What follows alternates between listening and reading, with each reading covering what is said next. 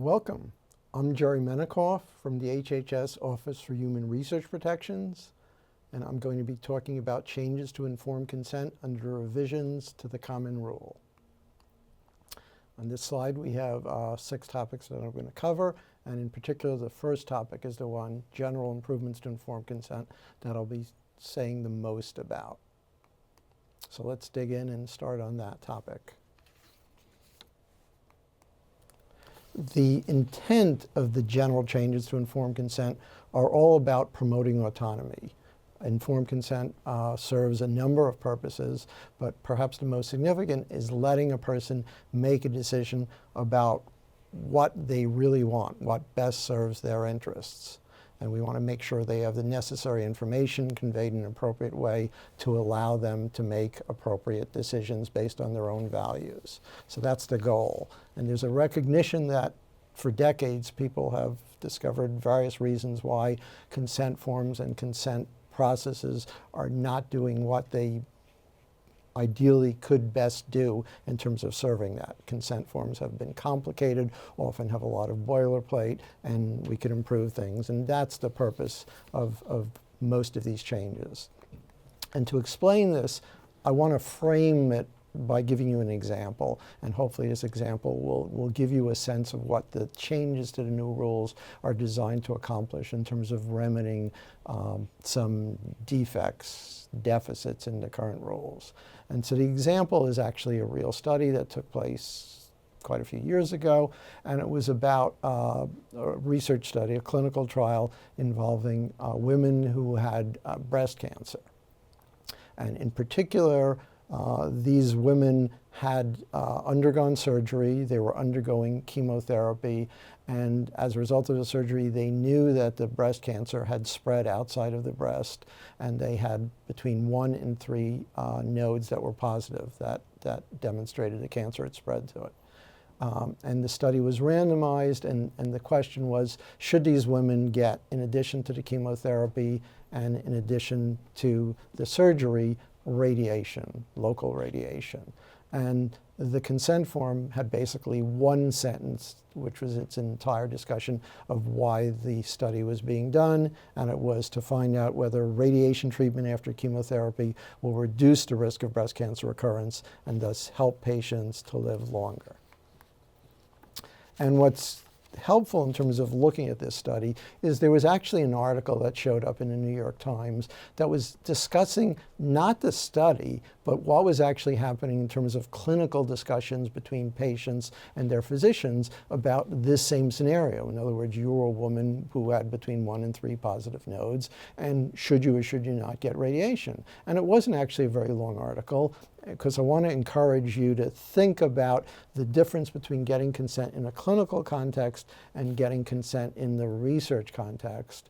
And I think one of the major goals of the new rules is, particularly for people enrolling and considering enrolling in clinical trials, is to make the decision-making about enrolling in a clinical trial more similar to the way people think about any other type of clinical decision. So in any event, you had this New York Times article, and it again was only about decision-making in a clinical context, and it actually had a lot of information. It wasn't very long, but in spite of that, it had a lot more information than you would have received from actually reading the consent form for the research study. And normally we think research consent actually does a much, much better job than clinical consent, and here you sort of saw the opposite. And it told you a number of things, including that there was no doubt that getting radiation would reduce the rate of recurrence of the cancer returning by 2/3 for the women in the study. The thing that was unclear was whether or not that would actually allow the women to live longer. So that was uncertain. Again, none of this information was really conveyed, at least that the 2/3 reduction in recurrence was not conveyed in the consent form for the trial. And so this raises the question, should that sort of information been in the consent form? And in general, should we be including more of this type of information? And just to think about it, how might a woman use this information, and what might a consent form tell a woman to help her make a better decision? So, for example, a consent form could have pointed out that if you're a woman with a certain set of values, namely you wanted to minimize the chance of the cancer coming back, despite the risk of the radiation side effects, and even if we're just not sure whether minimizing the chance of the cancer coming back will increase her chance of survival, if you're a woman with that sort of value that you just really, really never want to have a year from now, 2 years from now, 3 years from now, learning that the cancer's come back, then you probably don't want to enroll in the trial, but you probably want to just get the radiation therapy, because we know that the radiation therapy will, in fact, minimize the chance of the cancer coming back. On the other hand, you might be a woman with a different set of values, a woman who particularly is worried about the radiation side effects, the permanent bad consequences to skin, underlying tissues, and you might be the kind of woman who wants to avoid those side effects as long as there's uncertainty as to whether or not getting that radiation will even be good for you in terms of extending your life and allowing you to live longer. So these are sorts of things that the consent form actually could spell out. And then it could go on to discuss, you may be a woman who doesn't have a strong feeling either way and isn't even certain which of these options you want, in which case it would be a perfectly reasonable thing to be in the study. Or you might, in particular, be very interested in helping learn more information that will benefit future women. Again, another good reason for being in this study. So that's sort of a background way to think about this. And now let me get into the specific changes in the revised common rule. And one of the new standards is specifically spelling out that a consent form and the consent process should provide the information needed to make an informed decision about whether to participate. And again, you'll see the key in a number of the changes is about treating this as a decision, in many ways similar, certainly for clinical trials, which I'll concentrate on here, similar to a clinical decision, and giving a person the information needed and highlighting their options and what they might want to think about. Another change is introducing the reasonable person standard, and this is going to be used to determine what information to include.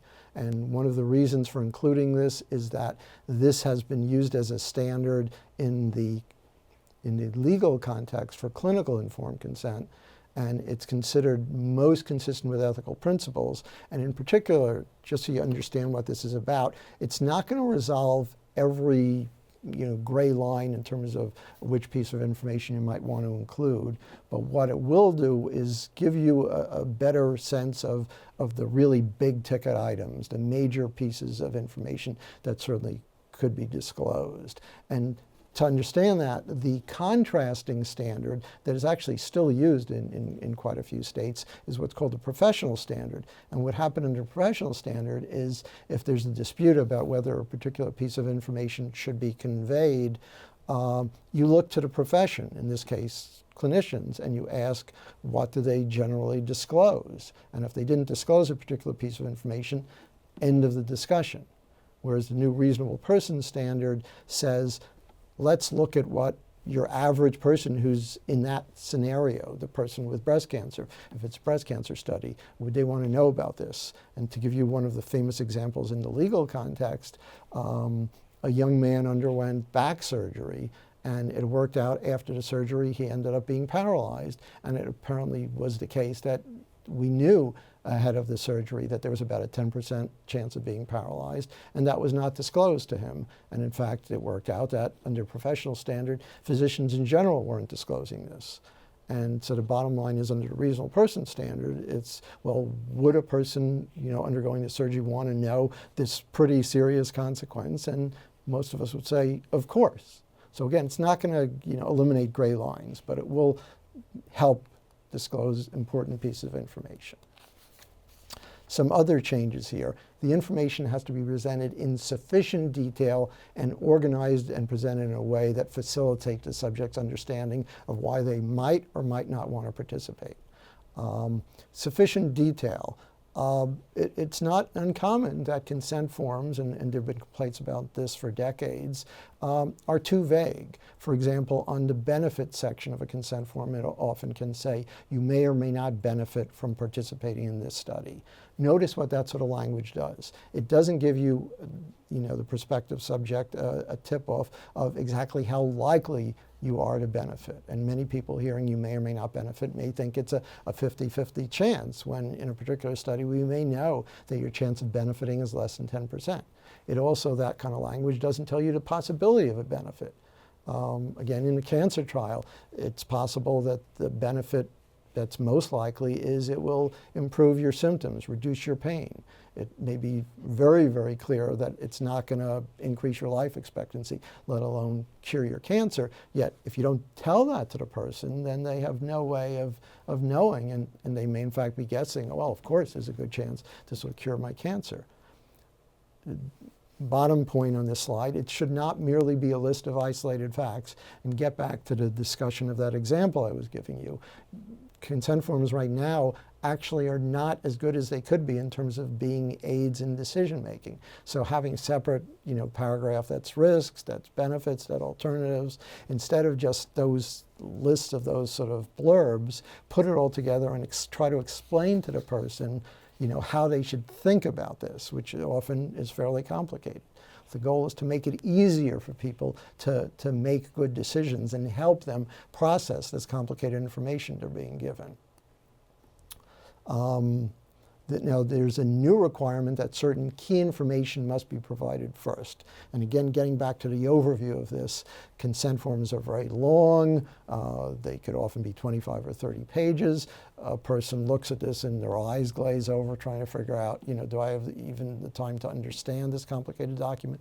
And so the sense now is, let's put the really important information right up front in the first 2 or 3 pages. Even if people don't read the rest of the form, they'll actually have what's important right at the beginning, and it will both include that information and, as I indicated, put it all together, explain to the person how to think about it in terms of reaching a decision. Again, it's about why you might or might not want to participate. And often, again, it will include information about the purpose, the risks, the benefits, and alternatives, and it will put it all together and explain to the person how to think about these pieces of information in terms of making a decision. It should be presented in a concise and focused manner. Again, the goal is a few pages at the very beginning of the consent form that a person hopefully will look at and will actually read. Now, we've sort of covered the general changes, and now let me go on to a few more specific changes. And in particular, the changes have expanded both the basic and the additional elements of informed consent.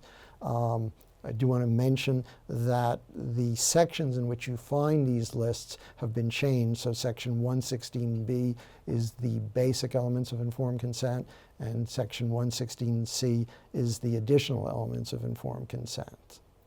As to the basic elements, there's one new element, and that's basically a notice. It's almost less giving you an option here, but just telling you about something that will often be the case. And basically, it's a notice saying that there may be possible future use of data stripped of identifiers. And this is basically increasing transparency and letting somebody know this probably is going to happen. And if you don't like it, your one option is to not participate in this study. But basically, most consent forms will have to say this, or actually otherwise make a promise that this will not happen. And probably that's less likely to happen because that's sort of hard to do and somewhat burdensome in terms of the research. Notice we're only talking about future use of data stripped of identifiers. If we're talking about future use of identifiable data for future unspecified research, that will generally be covered under the topic called broad consent, and there's special rules relating to that, which will actually be discussed in other webinars. Okay, so now let me get on to additional elements of informed consent. And here there are 3 new additional elements. And notice these are additional elements. In many types of studies. You wouldn't actually have to say anything about this if they're just not relevant to the type of study. So you have to give a notice about possible commercial profit, again, if it's relevant to the study, a notice about whether clinically relevant research results will be given to the subjects, and a notice about whether research might include whole genome sequencing. Let me say a little more about returning of clinically relevant research results. The goal here is that a subject shouldn't be enrolling in a study thinking they're going to get certain piece of information from the study relevant to their clinical health, clinical care, if that's not going to happen. And so basically you should be disclosing if that won't happen. So for example, a study might involve doing whole genome sequencing. And of course, then it would have to tell you that will happen.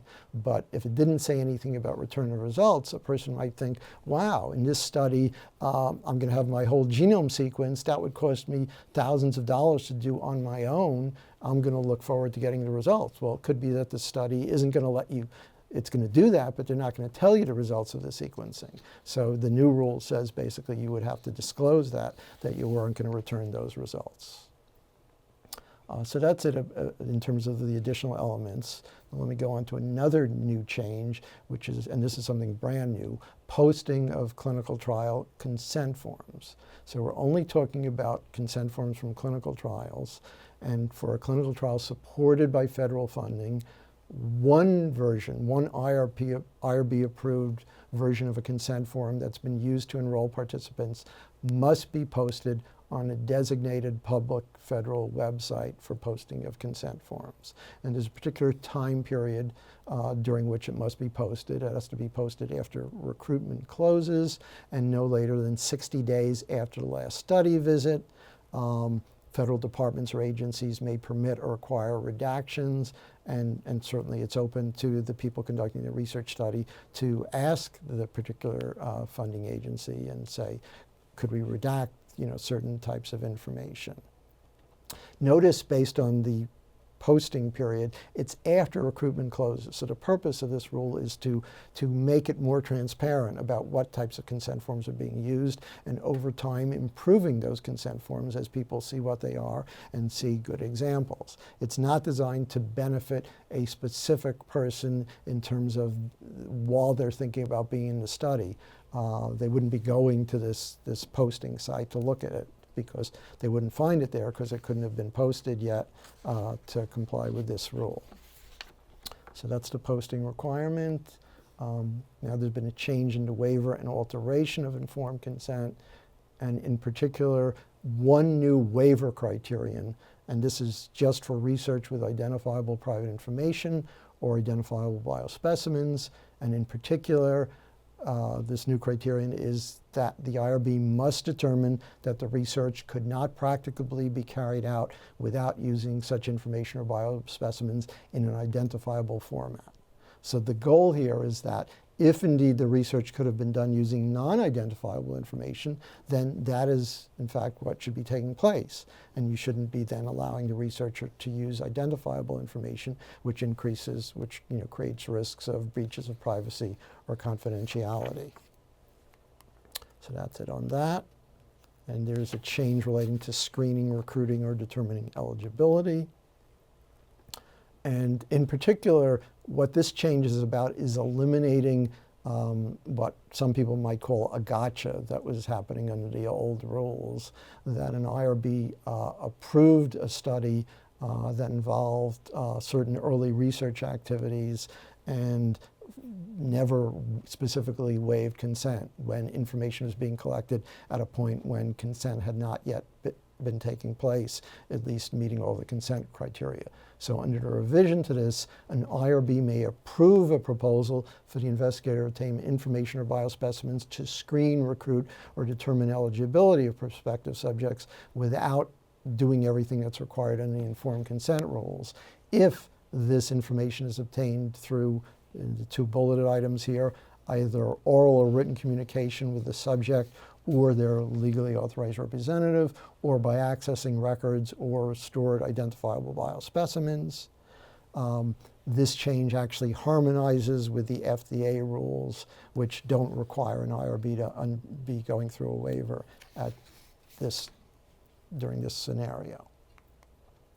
Now there's a change relating to documentation of consent, namely sort of getting somebody's signature before they could be in a study. And in particular, it's an expansion of the waiver of the signature requirement. The need to obtain a subject signature can be waived if the subjects are members of a distinct community in which signing forms is not the norm, the research involves no more than minimal risk, and an alternative method for documenting consent, namely having a record somewhere that this person actually agreed to be in the study and that they're in the study. Note that there are other rules existing rules relating to when you could waive the signature requirement, and those still exist. I'll also note that this waiver can be applied to the broad consent provisions, which again I'm not going to say much about during this talk, but likely it would be very rare that it would meet these criteria. Also, the regulations were clarified to indicate that it is possible to get somebody's signature in electronic form.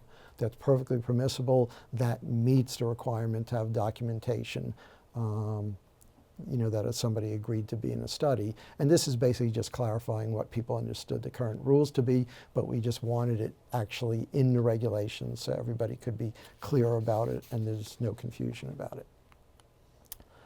So let me now talk about a change relating to when you could have somebody enroll in a study through the consent of their legally authorized representative.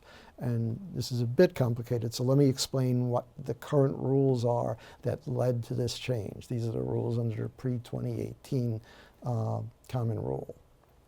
So if there's no applicable law, state or local, about who can serve as a legally authorized representative, often what's referred to as an LAR for purposes of research consent, it's the case that OHRP allows the use of a law that specifies a representative who has the authority to consent to the procedure and these are procedures that take place in the study. So the representative who has authority to consent to procedures for clinical purposes is basically allowed to consent for the person to participate in the research study. So that's what OHRP currently allows to take place. Now, it happens to be the case that in some states, there is no such law. There is no statute, regulation, or court decision about who can serve as such a representative for clinical decisions. Now, in spite of that, actually what happens in those states is probably not all that different than what happens in the states that have laws, because clinical decisions are made thousands of times a day where representatives make decisions on behalf of somebody who isn't able to make those decisions. And the way this takes place is using certain types of institutional policies that are basically accepted in those states and allowed for purposes of making those decisions. So what happens now in terms of the common rule is that in those states, there's a different outcome in that there'd be no way or no simple way, short of obtaining a legal guardianship. There's no simple way to allow these representatives to give consent for the person who can't give consent on their own. So the revisions to the common rule try to make the outcomes more similar in the states that have the laws compared to those without the laws, because basically the same thing is happening in both sets of states. There are clinical decisions made all the time by using effectively a representative. So the specific new change is that if there's no applicable law about who can serve as a legally authorized representative for purposes, well, as an LAR, then in those states the LAR can be an individual recognized by institutional policy as acceptable for providing consent in the non-research context if that person is allowed to give consent clinically for the procedures involved in the research. So effectively, this LAR can be an LAR for purposes of the research under those circumstances. Their ability to give consent in the clinical context translates over to an ability to give consent in the research context. And again, all this is doing is making the outcome similar between the two types of states that have different legal regimes for purposes of LAR decision-making in the clinical context. And let me finally go on to the final topic here, which is about broad consent for secondary research. There are new rules relating to this. They're fairly complicated. They also interact with a set of rules relating to new types of exemptions. And what we're talking about here is the storage, maintenance, and secondary research use of identifiable private information or identifiable biospecimens, and these new broad consent rules allow this type of information and biospecimens to be stored and used for unspecified future research. In contrast to the normal scenario where you get consent for a specific study, note that if somebody is asked to provide such broad consent and refuse to do it, then following that, an IRB could not waive consent to the use of the identifiable information or biospecimens. Again, these rules are fairly complicated. There will be other webinars about them, so I'd encourage you to look to those for that. So this is the end of the talk.